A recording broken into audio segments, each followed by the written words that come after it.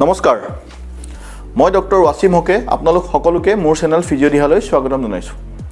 আজি আমি আলোচনা কৰিবলৈ লৈছোঁ কঁকালৰ বিষৰ ওপৰত।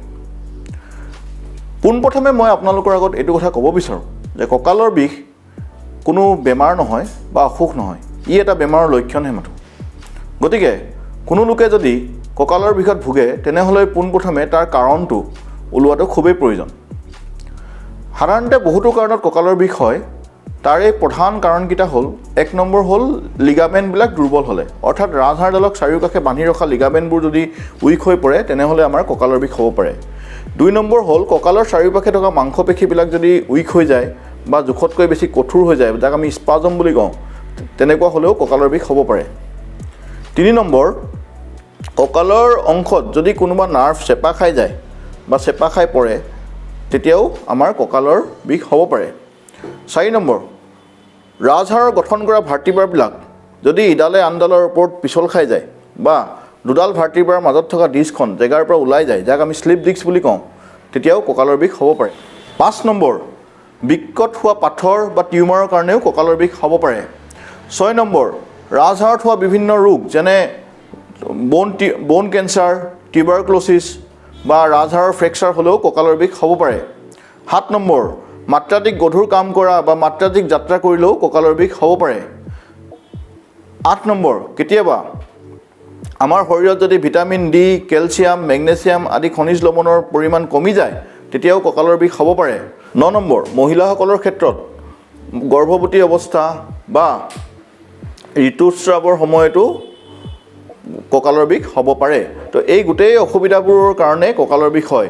এতিয়া আমি এইটো বিচাৰি উলিয়াব লাগিব যে কঁকালৰ বিষৰ প্ৰকৃত কাৰণটো কি। যদি আমি সেই প্ৰকৃত কাৰণটো বিচাৰি উলিয়াব পাৰোঁ আৰু সেইমতে আমি তাৰ চিকিৎসা কৰোঁ তেনেহ'লে এজন ৰোগীয়ে অতি সহজতে কঁকালৰ বিষৰ পৰা মুক্তি লাভ কৰে। আজি আমি আপোনালোকৰ লগত বিশেষকৈ কঁকালৰ বিষৰ এটা প্ৰধান কাৰণ স্লিপ ডিস্কৰ ওপৰত আলোচনা কৰিব লৈছোঁ। এতিয়া স্লিপ ডিস্কনো কি হয়, ই কেনেকৈ হয়, ইয়াৰ কি চিকিৎসা আছে আৰু ইয়াক অপাৰেশ্যন নকৰাকৈ অৰ্থাৎ চাৰ্জাৰী নকৰাকৈ স্লিপ ডিস্ক কেনেকৈ ভাল কৰিব পাৰি তাৰ ওপৰত মই ভিডিঅ'টোৰ আগৰ অংশত আলোচনা কৰিম। এইখিনিতে মই আপোনালোকৰ লগত মোৰ এটা অভিজ্ঞতা শ্বেয়াৰ কৰিব বিচাৰিছোঁ। আজি প্ৰায় ২-৩ মাহৰ আগত এগৰাকী ভদ্ৰ মহিলা মোৰ ওচৰলৈ আহিছিল আৰু তেখেতে হাতত এটা ডাঙৰ ফাইল লৈ আহিছিল আৰু সেই ফাইলটোত ২-৩খন MRI আছিল, CT স্কেন আছিল আৰু বহুতো তেজৰ পৰীক্ষাৰ পৰা আদি কৰি বহুতো কাগজ পত্ৰ আছিল। মহিলাগৰাকী স্লিপ ডিস্কত ভুগি আছিল আৰু তেখেতক চিকিৎসকে অতি সোনকালে অপাৰেশ্যন কৰিবলৈ পৰামৰ্শ দিছিল। কিন্তু মহিলাগৰাকীৰ অপাৰেশ্যন কৰিবলৈ একেবাৰে ইচ্ছা নাছিল, কিয়নো তেখেত আৰ্থিকভাৱেও অকণমান অসুবিধাৰ সন্মুখীন হৈছিল আৰু লগতে অপাৰেশ্যনৰ প্ৰতি তেখেতৰ ভয় ভাৱ আছিল। গতিকে তেখেতে মোৰ ওচৰত আহিছিল আৰু মোৰ লগত আলোচনা কৰিছিল যে আমি কেনেদৰে এই প্ৰব্লেমটোৰ পৰা ভাল পাব পাৰোঁ। তো মই তেখেতৰ গোটেই ৰিপৰ্টবিলাক চাইছিলোঁ। তাত দেখিছিলোঁ যে তেখেতৰ কঁকালৰ মেইনলি L4, L5 আৰু L5S1 নামৰ ডিস্ক দুখন জেগাৰ পৰা অকণমান ওলাই আহিছে আৰু নাৰ্ভডালক হেঁচা মাৰি আছে, যাৰ ফলত মহিলাগৰাকী দুয়োখন ভৰিতে বিষ অনুভৱ কৰিছিলে, জিনজিনাইছিলে আৰু বিশেষকৈ তেখেতৰ সোঁ ভৰিখন ক্ৰমান্বয়ে শক্তিহীন হৈ পৰিছিলে। তো এনে ক্ষেত্ৰত এনেবোৰ লক্ষণত সাধাৰণতে আমি অপাৰেশ্যনৰ কথাই কওঁ, কিন্তু যিহেতু মহিলাগৰাকীয়ে একেবাৰে অপাৰেশ্যনৰ পৰা বিপৰীত মেৰুত আছিল, তেখেতে অপাৰেশ্যনৰ নামটোৱে শুনিব নিবিচাৰিছিল। গতিকে তেনে ক্ষেত্ৰত আমাৰ কাৰণে এইটো ডাঙৰ চিন্তাৰ বিষয় হৈছিল যে আমি মহিলাগৰাকীক কেনেকৈ আৰোগ্য কৰিম। তেনে ক্ষেত্ৰত মই তেখেতক বহুখিনি বুজোৱাৰ পাছতো যেতিয়া তেখেত অপাৰেশ্যনৰ কাৰণে অমান্তি হৈছিল, তেতিয়া মই তেখেতক কৈছিলোঁ যে আপুনি মোক ১.৫ মাহ বা ২ মাহ সময় দিব লাগিব আৰু আমি কিছুমান চেষ্টা কৰি চাওঁ, যদি সেইখিনি চেষ্টাত আপুনি ভাল হৈ যায় তেনেহ'লে অপাৰেশ্যন নকৰিলেও হ'ব। আৰু সেইদৰে আমি প্ৰায় ১ মাহৰ ওচৰা-ওচৰি তেখেতক ফিজিঅ'থেৰাপি ট্ৰিটমেণ্ট কৰিছিলোঁ আৰু এমাহৰ পাছত অৰ্থাৎ প্ৰায় ৪ সপ্তাহ পাৰ হোৱাৰ পাছত মানুহগৰাকী ক্ৰমান্বয়ে সুস্থ হৈ উঠিছিল, ভৰিৰ হেৰুওৱা জোৰ পুনৰ ঘূৰাই পাইছিল, বিষবোৰ কমি গৈছিল আৰু মানুহগৰাকীয়ে ১.৫ মাহত পুনৰ আগৰ দৰে ঘূৰা পকা চলা ফুৰা কৰিব পাৰিছিল আৰু তেখেতে চাকৰিটো জইন কৰিছিল। গতিকে এইটো এটা মোৰ নিজৰ ব্যক্তিগত অভিজ্ঞতা আপোনালোকৰ আগত এই কাৰণেই কৈছোঁ যে স্লিপ ডিস্ক বা এনেকুৱা ধৰণৰ অসুবিধা হ'লেই যে অপাৰেশ্যন কৰিব লাগে তেনেকুৱা কোনো কথা নাই। যদি আমি সঠিক সময়ত সঠিক ডায়েগন'চিছ কৰিব পাৰোঁ আৰু বেমাৰটো সঠিকভাৱে ধৰিব পাৰোঁ আৰু আমাৰ যিখিনি জীৱনশৈলীৰ যিখিনি পৰিৱৰ্তন যিখিনি আমি মানি চলিব লাগে সেইখিনি যদি আমি কৰিব পাৰোঁ তেনেহ'লে অপাৰেশ্যন নকৰাকৈ বহুখিনি আৰোগ্য লাভ কৰিব পাৰি। গতিকে মই আপোনালোকক মোৰ ভিডিঅ'টোৰ আগৰ অংশলৈ যোৱাৰ আগতে মোৰ অভিজ্ঞতাটো এইটো কাৰণেই শ্বেয়াৰ কৰিছোঁ যে শ্লিপ ডিস্ক হ'লেই যে অপাৰেশ্যন কৰিব লাগে বুলি আমাৰ যিটো ভ্ৰান্ত ধাৰণা আছে সেইটোৰ পৰা যাতে আপোনালোক মুক্ত হয় আৰু কিছুমান বিশেষ পৰ্যায় নোপোৱালৈকে যদি ভৰিখন সম্পূৰ্ণ পেৰালাইচিছ হৈ পৰে বা মানুহগৰাকী প্ৰস্ৰাৱ কৰাৰ সময়ত যদি প্ৰস্ৰাৱটো ধৰি ৰাখিব নোৱাৰে, হঠাৎ নিজে নিজেই প্ৰস্ৰাৱ ওলাই যায়, তেনেহ'লে অপাৰেশ্যনৰ প্ৰয়োজনীয়তাটো আহি পৰে। কিন্তু তেনে ক্ষেত্ৰতো আমি যদি ভালমতে কিছুমান ক্ষেত্ৰত দেখা যায়, যদি সেইখিনি পৰ্যায় আগতে যদি আমি সঠিক চিকিৎসা লওঁ, ঔষধ খাওঁ, জীৱনশৈলী পৰিৱৰ্তন কৰোঁ আৰু চিকিৎসকে যিখিনি কাম কৰিবলৈ মনা কৰিছে সেইখিনিৰ পৰা আমি নকৰোঁ, লগতে ভালদৰে ফিজিঅ'থেৰাপি কৰোঁ, তেনেহ'লে শ্লিপ ডিস্কত চাৰ্জাৰী কৰিবলগীয়া হোৱা পৰিস্থিতিৰ পৰা আমি নিজকে ৰক্ষা কৰিব পাৰোঁ। শ্লিপ ডিস্কৰ বিষয়ে আলোচনা কৰিবলৈ যাওঁতে পোনপ্ৰথমে আমি ৰাজহাড়ডালৰ বিষয়ে জানিব লাগিব। আমাৰ ৰাজহাড়ডাল 33ডাল সৰু সৰু হাড়েৰে গঠিত, যাক আমি ভাৰ্টিব্ৰা বুলি কওঁ, আৰু এই 33ডাল হাড়ৰ প্ৰতি দুডালৰ মাজত এখন ডিস্ক থাকে, যাক আমি ইণ্টাৰভাৰ্টিব্ৰেল ডিস্ক বুলি কওঁ। এই ডিস্কখন দুটা পদাৰ্থৰে গঠিত। ভিতৰৰ মূল অংশটোক আমি কওঁ নিউক্লিয়াছ পালপোছাছ আৰু তাক আৱৰি ৰখা জালি সদৃশ পদাৰ্থটোক আমি কওঁ এনুলাছ ফাইব্ৰোছাছ। কিবা কাৰণত যদি সেই জালি সদৃশ পদাৰ্থটোত ফাট মেলে, তেনেহ'লে ভিতৰত থকা নিউক্লিয়াছ পালপোছাছটো বাহিৰলৈ ওলাই আহে আৰু ই ৰাজহাড়ৰ কাষত থকা ৰন্ধ্ৰীবিলাকেদি ওলাই যোৱা নাৰ্ভবিলাকত হেঁচা প্ৰয়োগ কৰে আৰু যাৰ কাৰণে বিষ হয় আৰু এই বিষ ক্ৰমান্বয়ে ভৰিলৈ বিয়পি পৰে। গতিকে শ্লিপ ডিস্কৰ বিষয়ে আমি জনাৰ আগতে ৰাজহাড়ডালৰ গঠন আৰু ডিস্কখনৰ গঠনৰ বিষয়ে জনাটো খুবেই প্ৰয়োজন।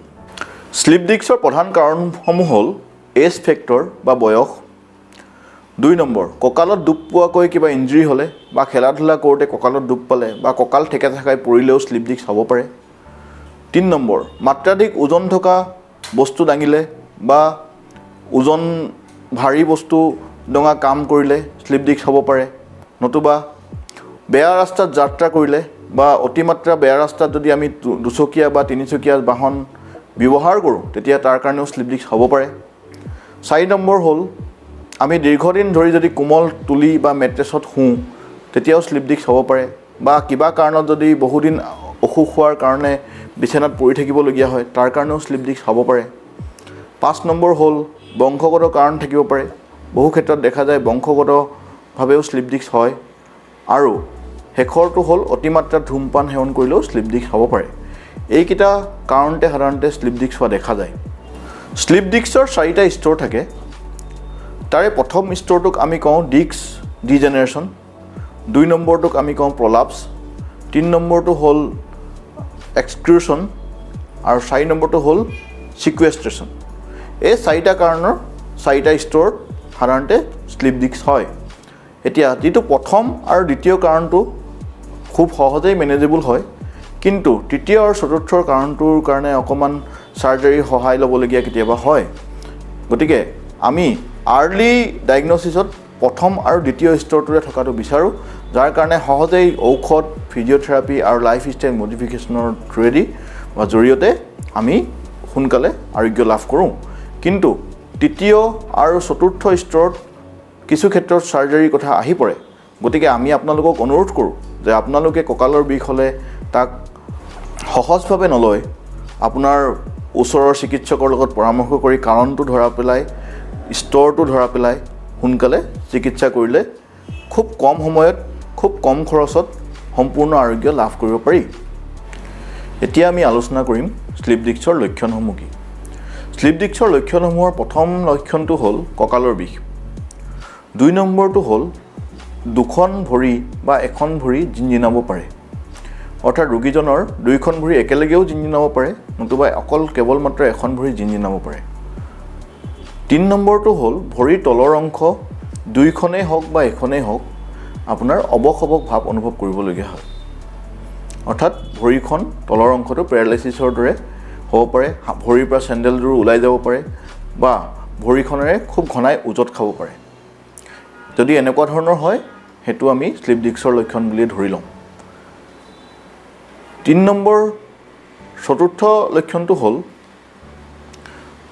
ভৰিৰে গৰম ঠাণ্ডা অনুভৱটো কমি যায়, অৰ্থাৎ ভৰিত আমি যদি গৰম বা ঠাণ্ডা লগাওঁ তেনেহ'লে তেখেতে যিমান অনুভৱ কৰিব লাগে সিমানটো অনুভৱ নকৰে। অৰ্থাৎ নৰ্মেল মানুহ এজনতকৈ শ্লিপ ডিস্কৰ ৰোগীজনৰ ভৰিত গৰম ঠাণ্ডাৰ অনুভৱটো বহু পৰিমাণে কমি যায়। পঞ্চম লক্ষণটো হ'ল ৰোগীজনৰ পাচাব কৰিব লাগিলে পাচাবটো ধৰি ৰাখিব নোৱাৰে, অৰ্থাৎ হঠাতে পাচাব হ'ব পাৰে। এইটো খুব চিভিয়াৰ কণ্ডিশ্যনত হয়, কিন্তু দেখা যায় যে 20% বা 10% মানুহৰ শেষৰ ফালে এনেকুৱা ধৰণৰ অসুবিধা দেখা দিয়ে। এই গোটেই লক্ষণবিলাক যদি আমি দেখা পাওঁ তেনেহ'লে আমি এইটো নিশ্চিত হওঁ যে এইটো শ্লিপ ডিস্কৰ লক্ষণ। আৰু প্ৰথম হ'ল কঁকালৰ বিষ। গতিকে আপোনালোকে কঁকালৰ বিষ হ'লেই আপোনালোকে তাক অনিচ্ছাকৃতভাৱে বা ইচ্ছাকৃতভাৱে অৱহেলা নকৰি আপোনাৰ ওচৰৰ চিকিৎসাৰ লগত পৰামৰ্শ কৰিব, কাৰণ ই প্ৰধান লক্ষণ শ্লিপ ডিস্কৰ হয়, কঁকালৰ বিষ। 2 নম্বৰটো হ'ল আপোনাৰ ভৰিৰ জিনজিননি। গতিকে এই দুটা লক্ষণ যদি আপোনালোকে অনুভৱ কৰে তেনেহ'লে শেষৰকেইটা লক্ষণ গৈ নোপোৱাৰ আগতেই আপোনালোকে চিকিৎসকৰ ওচৰত পৰামৰ্শ ল'ব। এতিয়া আমি শ্লিপ ডিস্কত ল'বলগীয়া সাৱধানতাখিনিৰ ওপৰত চৰ্চা কৰিম। শ্লিপ ডিস্কত ল'বলগীয়া প্ৰথম সাৱধানতাখিনি হ'ল সন্মুখৰ ফালে হাউলি কৰা কামবিলাক আমি কমাব লাগিব। অৰ্থাৎ আমি যিবিলাক ফ্ৰণ্ট বেণ্ডিং কাম, সেই কামবিলাক আমি পৰাপক্ষত বন্ধ কৰিব লাগিব, নতুবা একেবাৰে কম পৰিমাণে কৰিব লাগিব, আৰু নকৰিলেতো খুবেই ভাল। 2 নম্বৰ হ'ল থিয় হৈ বহু দেৰি থকা কামবোৰ আমি কমাব লাগিব। বেছি সময় থিয় হৈ থাকিব নালাগিব বা বেছি সময় বহিও থাকিব নালাগিব। অৰ্থাৎ শোৱাৰ বাহিৰে থিয় হোৱা বা বহা কামটো একেলেঠাৰে আমি কৰিব নোৱাৰোঁ। যদি এজন ৰোগীয়ে বহু সময় ধৰি বহি কাম কৰিবলগীয়া হয় তেনেহ'লে মাজতে অকণমান জিৰণি লৈ তেখেতে থিয় হৈ দুবাৰমান খোজকাঢ়িব লাগিব, বা এজন ৰোগীয়ে যদি বহু সময় থিয় হৈ কাম কৰিবলগীয়া হয় তেনেহ'লে মাজতে তেখেতে জিৰণি লৈ অকণমান বহিব লাগিব, পুনৰ থিয় হ'ব লাগিব। অৰ্থাৎ একেলেঠাৰিয়ে থিয় হোৱা বা একেলেঠাৰিয়ে বহা কামটো আমি শ্লিপ ডিস্কত কৰিব নালাগে। 3 নম্বৰ কাৰণটো হ'ল গধুৰ বস্তু। আমি অতিমাত্ৰা গধুৰ বস্তু দঙাটো বন্ধ কৰিব লাগিব, কাৰণ যেতিয়া আমি গধুৰ বস্তু দাঙি দিওঁ বস্তুটোৰ ভৰটো সম্পূৰ্ণ আমাৰ কঁকাললৈ আহে, আৰু তেতিয়াই আমাৰ শ্লিপ ডিস্কৰ পৰ্যায়টো ক্ৰমান্বয়ে বাঢ়িব পাৰে। গতিকে আমি 5 কেজিতকৈ বেছি গধুৰ বস্তু দাঙিলে তাৰ জোৰটো সম্পূৰ্ণ কঁকালত পৰে। গতিকে আমি সাৱধান হ'ব লাগিব যে অতিমাত্ৰা বেছি গধুৰ বস্তু আমি দাঙিব নালাগিব। 3 নম্বৰ, বেয়া ৰাস্তাত বা ওখৰা মোখৰা ৰাস্তাত দুচকীয়া বা তিনিচকীয়া বাহনত উঠি যাব নালাগিব, কাৰণ দেখা যায় যে দুচকীয়া বা তিনিচকীয়া বাহনৰ যিটো জাৰ্কিং আমি পাওঁ সি আমাৰ শ্লিপ ডিস্কটো বঢ়াই দিয়াত সহায় কৰে, অৰ্থাৎ শ্লিপ ডিস্কটো বৃদ্ধি কৰে। গতিকে আমি তেনেকুৱা যাত্ৰাবোৰ আমি এভইড কৰিব লাগিব। 4ৰ্থতে, আমি যিখন শোৱা তুলি বা আমি যিখন বিচনাত শুওঁ তাত থকা মেট্ৰেছখন যাতে খুব বেছি কোমল নহয়, কাৰণ কেলে বেছি অতিমাত্ৰা কোমল তুলিত হ'লে শ্লিপ ডিস্কৰ প্ৰব্লেমটো বঢ়া দেখা যায়। আৰু কিছুমান ক্ষেত্ৰত আমি শৰীৰৰ ওজনটোৰ ওপৰতো লক্ষ্য ৰাখিব লাগিব। অতিমাত্ৰা শৰীৰৰ ওজন বৃদ্ধি হ'লেও বা অতিমাত্ৰা অবেচিটি, অৰ্থাৎ বহু লোকৰ দেখা যায় যে আমাৰ শৰীৰৰ ওজনটো সাধাৰণতে পেটৰ পৰা আৰম্ভ হয়। আমি যেতিয়া এজন মানুহৰ শৰীৰৰ ওজন বৃদ্ধি হয় প্ৰথমে তেখেতৰ পেটটো বাহিৰলৈ ওলাই আহে, অৰ্থাৎ পেটত ফেটছ ডিপজিশ্যন হাৰটো বৃদ্ধি হয়, আৰু তাৰ ফলত কি হয় পেটৰ বিপৰীতে থকা ৰাজহাড়ডালত জোৰ পৰে। সেইটো কাৰণে আমি শৰীৰৰ ওজনটো কমাই ৰখাটো খুবেই প্ৰয়োজন। 4ৰ্থতে বা শেষত আমি এইটো আপোনালোকক ক'ব বিচাৰোঁ যে শ্লিপ ডিস্ক হ'লে আমি দৈনন্দিন কৰিবলগীয়া কামবিলাকত এইটো সদায় ধ্যান ৰাখিব লাগিব যে আমাৰ ৰাজহাড়ডাল সুৰক্ষিত হৈ থাকে। অৰ্থাৎ যিকোনো কাম কৰোঁতে প্ৰথমে আমি ৰাজহাড়ডালৰ কথা ভাবিব লাগিব, ৰাজহাড়ডালক সুৰক্ষিতভাৱে ৰাখিহে আমি কামটো কৰিবলগীয়া হ'ব পাৰে। তাৰ বাবে আমি কিছুমান চেঞ্জেছ আনিব লাগিব, যেনেকৈ ধৰক আমি পঢ়া টেবুলখন বা অফিচ টেবুলখনৰ হাইটটো আমাৰ লগত এডজাষ্ট কৰিব লাগিব। আমি সদায় বহি কাম কৰা চকীখন আমাৰ এনেকুৱা ধৰণৰ কৰিব লাগিব যাৰ দ্বাৰা আমাৰ কঁকালটোৱে সম্পূৰ্ণ ছাপৰ্ট পায়।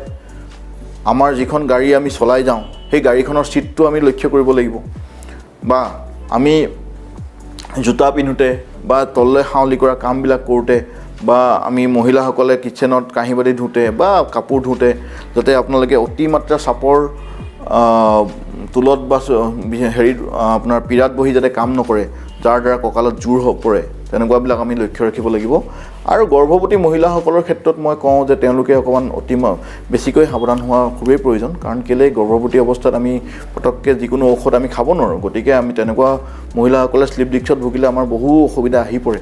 গতিকে তেওঁলোকে অকণমান বেছি সাৱধান হ'ব লাগে এই ক্ষেত্ৰত আগলৈ হাউলি মেলা কৰা কামবোৰ কমাব লাগে আৰু লগতে জাৰ্ণি কৰোঁতে অতিমাত্ৰা সাৱধানতা অৱলম্বন কৰিব লাগে আৰু লগতে আমি দেখা যায় যে আজিকালি আমাৰ যিখিনি য়ং জেনেৰেশ্যন আছে তেওঁলোকে সাধাৰণতে খেলা ধূলাটোতো আগতকৈ অলপ কমিছে তথাপিও তেওঁলোকে যিখিনি বাইক চলায় বা যিবিলাক আমি স্কুটি বা বাইক চলায় স্কুটিবিলাকক চলাওঁতে চাব লাগে যাতে কঁকালত যাতে বেছি জোৰ নপৰে তাৰ পৰাও বহুতো শ্লিপ ডিস্ক হোৱা দেখা যায় আৰু বিশেষকৈ য়ং জেনেৰেশ্যনবিলাকে জিমলৈ যায় জিমত যাওঁতে তেওঁলোকে গধুৰ বস্তু বা জিম কৰোঁতে যদি আমি ভালদৰে সাৱধানতা অৱলম্বন নকৰে বা জিমৰ যিজন ইনষ্ট্ৰাক্টৰ আছে তেখেতৰ লগত ভালকৈ আলোচনা নকৰি যদি অতিমাত্ৰা ৱেইট দাঙি দিয়ে তেনেহ'লে শ্লিপ ডিস্ক খুব সহজে হয় গতিকে এই ক্ষেত্ৰত তেওঁলোকে কিন্তু সাৱধান হ'ব লাগে আৰু হঠাতে ব্যায়াম কৰা বা হঠাতে খেলিবলৈ যোৱাৰ আগতে বডিটো ৱাৰ্ম আপ নকৰি যদি আপোনালোকে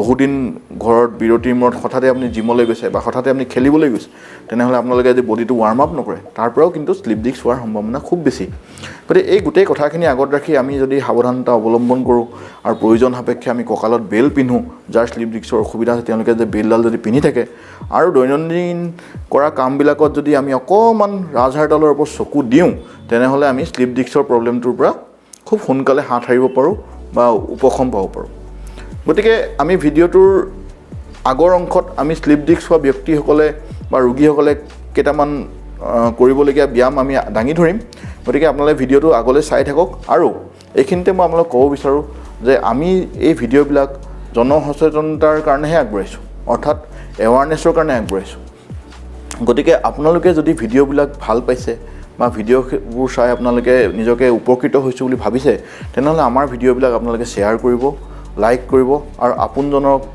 যাতে ভিডিঅ'বোৰ চাব পাৰে তাৰ কাৰণে আপোনালোকে অনুৰোধ কৰিব গতিকে মই ভাবোঁ আমি ভিডিঅ'টোৰ আজি শেষৰ পৰ্যায়ত উপনীত হৈছোঁ আৰু পাছৰ অংশত আমি 5টা ব্যায়াম আপোনালোকক দেখুৱাম শ্লিপ ডিস্কৰ ৰোগীসকলে কৰিবলগীয়া 5টা ব্যায়াম আমি দেখুৱাম আৰু মোৰ এই চেনেলটোতে আৰু মোৰ এই ফেচবুক পেজটোতে শ্লিপ ডিস্ক হোৱা ব্যক্তিসকলে কেনেকৈ শুব লাগে LS বেল্টডাল কেনেকৈ পিন্ধিব লাগে আৰু বহুতো ব্যায়ামৰ বিষয়ে দিয়া আছে আপোনালোকে সেই ভিডিঅ'বিলাকো চাব ইচ্ছা কৰিলে চাব পাৰে আৰু লগতে আগন্তুক দিনত আমাৰ পৰা যদি এনেকুৱা ধৰণৰ আৰু ভিডিঅ' বিচাৰিছে তেনেহ'লে কমেণ্ট বক্সত কমেণ্ট কৰিব নিশ্চয় মই আপোনালোকৰ আশা পূৰণ কৰিবলৈ চেষ্টা কৰিম ধন্যবাদ শ্লিপ ডিস্কৰ 5টা ব্যায়াম আজি মই আপোনালোকৰ আগত ডেমনষ্ট্ৰেট কৰিম এই ব্যায়ামকেইটা আপোনালোকে প্ৰথম অৱস্থাত খুব কম পৰিমাণে আৰম্ভ কৰিব আৰু যদি ব্যায়ামকেইটা কৰোঁতে বিষ হয় তেনেহ'লে লগে লগে ব্যায়ামকেইটা বন্ধ কৰিব ব্যায়ামবিলাক কৰাৰ আগতে আমি কেইটামান বস্তু মানি চলিব লাগিব প্ৰথম কথা হ'ল কি আমাৰ প্ৰস্ৰাৱ পায়খানা যদি লাগি থাকে তেনেহ'লে আমি সেইটো ক্লিয়াৰ কৰি ল'ব লাগিব 2 নম্বৰ খাদ্য খোৱাৰ এটলিষ্ট 1 ঘণ্টা সময়লৈকে আমি ব্যায়াম কৰিব নালাগিব আৰু যদি আমাৰ অতিমাত্ৰা বিষ থাকে তেনেহ'লে বিষ থাকিলেও ব্যায়াম কৰিব আমি নোৱাৰিম চিকিৎসকৰ পৰামৰ্শ নোলোৱাকৈ ব্যায়াম কৰাটো অনুচিত গতিকে আপোনালোকে চিকিৎসক বা ফিজিঅ'থেৰাপিষ্টৰ অনুমতি সপক্ষেহে ব্যায়ামবোৰ যেন আৰম্ভ কৰে আহকচোন আমি ব্যায়ামকেইটা চাওঁ প্ৰথমে আমি এখন বিচনাত বা মাটিত সমানকৈ শুই ল'ম মূৰৰ পৰা গাৰুটো আঁতৰাই দিম এতিয়া মূৰৰ যিটো অংশ আমাৰ বিচনাত সংযোগ হৈছে আৰু ভৰিৰ গুৰুহা দুটাৰ যিটো অংশ আমাৰ বিচনাত লাগি আছে এই দুইটা অংশৰে আমি সজোৰে বিচনাখনত বা মাটিত জোৰ দিম মূৰটোৰে আৰু ভৰিৰ গুৰুহা দুটাৰে সমানকৈ একেলগতে জোৰ দিম আমি জোৰটো কঁকালৰ মাজৰ অংশখিনিত অনুভৱ কৰিম কঁকালৰ মাংসপেশীখিনি অলপ টান হৈ যোৱা যেন অনুভৱ কৰিম আৰু 5 ছেকেণ্ড মনৰ ভিতৰতে গন্তি কৰিম আৰু লাহেকৈ ঢিলা কৰি দিম ব্যায়ামটো কৰোঁতে আপোনালোকে উশাহ নিশাহ বন্ধ নকৰিব নৰ্মেলি আমি যেনেকৈ উশাহ লওঁ তেনেকৈ উশাহ লৈ থাকিব এটা বস্তু লক্ষ্য কৰিব যে মূৰৰ বিচনাত লাগি থকা অংশটো আৰু ভৰিৰ গুৰুহা দুটা সমানকৈ বিচনাখনত জোৰ পৰে জোৰটো আমি কঁকালৰ মাংসখিনিত অনুভৱ কৰিম 5 ছেকেণ্ড হোল্ড কৰিম মনৰ ভিতৰত 5লৈকে গন্তি কৰিম তাৰপিছত লাহেকৈ ঢিলা কৰি দিম এবাৰ আমি চাওঁ জোৰ দিয়া 5 ছেকেণ্ড হোল্ড কৰিব লাগিব 1 2 3 4 5 ঢিলা কৰি দিম এনেকৈ আমি মিনিমাম 5 বাৰ পুনৰাবৃত্তি কৰিম এটো হ'ল নাম্বাৰ 1 নাম্বাৰ 2 দুইখন ভৰি কুচাই দিম এতিয়া এখন টাৱেল এইদৰে ৰোল কৰি ল'ম। এখন ডাঙৰ টাৱেল আমি এনেদৰে ৰোল কৰি ল'ম। ৰোল কৰাৰ পাছত আমি কঁকালৰ অংশত, অৰ্থাৎ য'ত আমি কঁকালত বেল্টডাল পিন্ধোঁ তেনে অংশত আমি টাৱেলখন প্লেচ কৰিম। এতিয়া কঁকালটোৰে টাৱেলখনত জোৰ দিম। টাৱেলখনত জোৰ দিয়াৰ পাছত 5 ছেকেণ্ড হোল্ড কৰিম, 5 ছেকেণ্ড ৰখাই থ'ম, 1 2 3 4 5 ছেকেণ্ড ৰখাই লাহেকৈ ঢিলা কৰি দিম। এনেদৰে 5 বাৰ পুনৰাবৃত্তি কৰিম। এইটো হ'ল 2 নম্বৰ ব্যায়াম। তৃতীয় ব্যায়ামটো আমি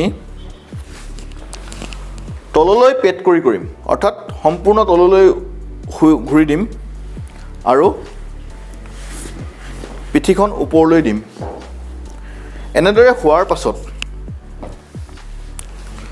হাত দুইখন কঁকালৰ ঠিক সোঁমাজত ৰাখিম আৰু মূৰটোৰ সৈতে পিঠিখন সমানকৈ ওপৰলৈ দাঙি ধৰিম। এনেদৰে 5 ছেকেণ্ড সময় হোল্ড কৰিম আৰু লাহেকৈ নমাই দিম।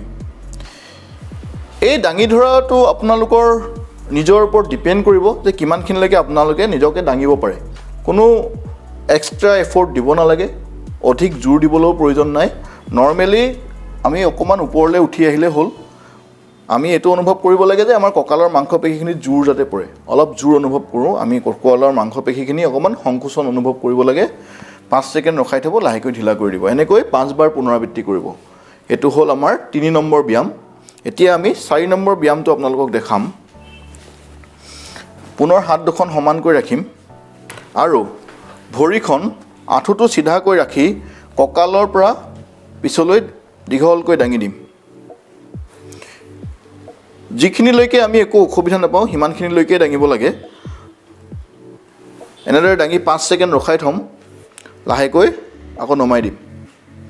পুনৰ দ্বিতীয় ভৰিখন দাঙিম, 5 ছেকেণ্ড ৰখাই থ'ম, লাহেকৈ নমাই দিম। এনেকৈ 5 বাৰ দুইখন ভৰিতে পুনৰাবৃত্তি কৰিম। এইটো হ'ল 4ৰ্থ ব্যায়াম। শেষৰ ব্যায়ামটোত আমি এখন হাত আৰু সেই হাতখনৰ বিপৰীত ফালে থকা ভৰিখন আৰু মূৰটো আৰু পিঠিখনৰ সৈতে একেলগে দাঙিম। 5 ছেকেণ্ড ৰখাই থ'ম আৰু লাহেকৈ নমাই দিম। ঠিক তেনেকৈ আনখন হাত আৰু সেই হাতখনৰ বিপৰীত ফালে থকা ভৰিখন আৰু পিঠিখন একেলগে দাঙিম। 5 ছেকেণ্ড ৰখাই থ'ম আৰু লাহেকৈ নমাই দিম। এইদৰে আমি দুয়োফালে 5 বাৰকৈ পুনৰাবৃত্তি কৰিম। এই ব্যায়ামটো আমি আকৌ দেখাইছোঁ।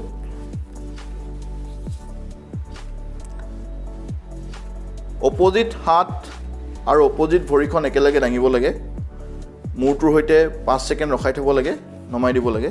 ঠিক তেনেকৈ আনটো ছাইডৰ হাতখন আৰু ভৰিখন একেলগে দাঙি 5 ছেকেণ্ড ৰখাই নমাই দিব লাগে। ধন্যবাদ।